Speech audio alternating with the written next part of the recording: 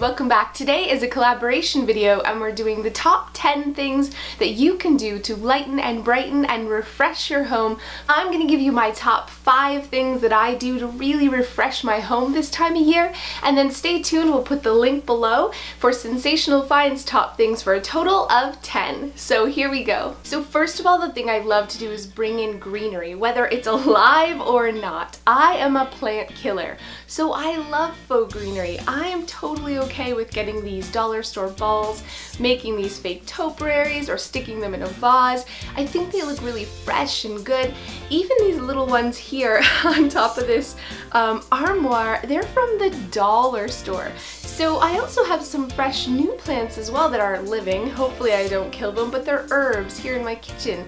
And that way, you know, if I do happen to murder them, I'll still have fresh dried herbs to use in the kitchen. So bring in some greenery, it will instantly brighten your home. You can really brighten your space just by changing out a few accessories to something white, bright, or even yellow. Those bright colors are really gonna update and give some life to your space. I love these things that I have here. They have really sentimental value. I keep them on my armoire, and I keep them in fall and winter here, but in the spring and summer, I swap those out for some lighter, brighter white accessories.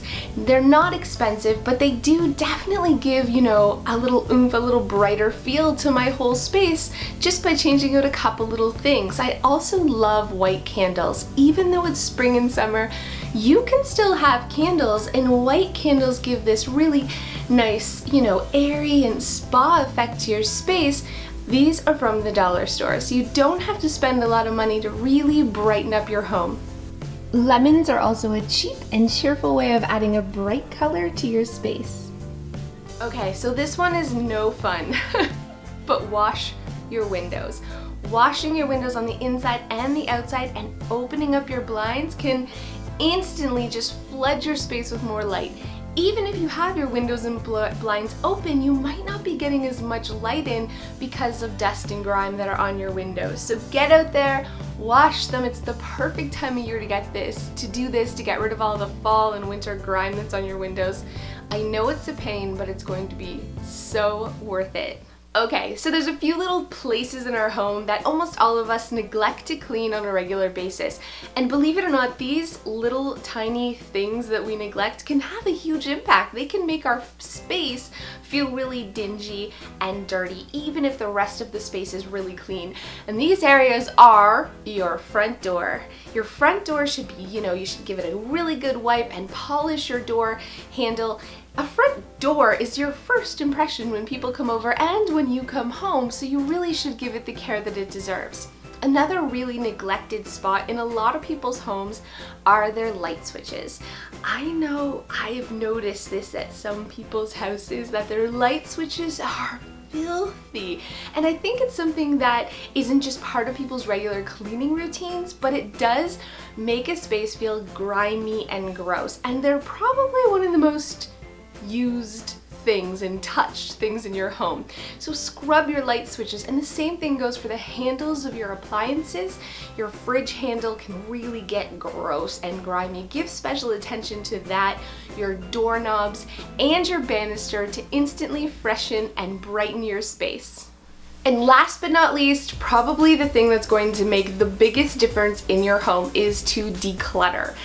Now this is an ongoing thing for me, and at the beginning I had stuff everywhere. I'm not going to lie, it's been a really long process, but getting my home clutter-free really just makes it feel bigger and airier and so much nicer. Starting in the kitchen, it was a pain at first to put away the toaster when we were done using it and all those other things, but I really try now to keep the clutter in the kitchen to the absolute minimum. Sometimes there's things that creep onto my fridge, so I'm making a note to really tackle that. The rest of my space I try to keep as clutter-free as possible, but the office gets taken over all the time. So I'm really tackling this spring the office and bringing it back to a serene and clutter-free environment for me to work in. If you're really dealing with a ton of clutter and you don't know where to start, may I suggest the 21 item toss? This worked for me. This, when I was drowning in stuff and then getting from chaos to clean. It was the 21 item toss that really got me there, because it's a small enough amount of things that it's not overwhelming, but it's a big enough amount of things that it actually makes an impact. So I just grabbed a bag for garbage and a bag for donate, and I ran around my house as fast as I could finding 21 things to get rid of.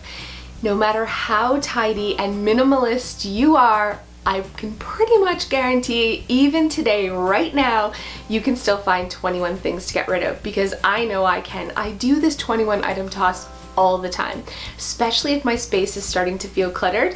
A quick 21 item toss and it's back in check. So make sure for the next 5 things that you check out Sensational Finds channel. I know I'm so excited to check out what she's done. I'll put the link below. Thanks so much for watching. If you haven't subscribed already, please subscribe, and we'll see you next time. As much as I aspire to be like a super clutter-free person in the kitchen especially, I cannot go without my tablet holder. It has to stay here. It's where I charge my tablet and I watch it while I do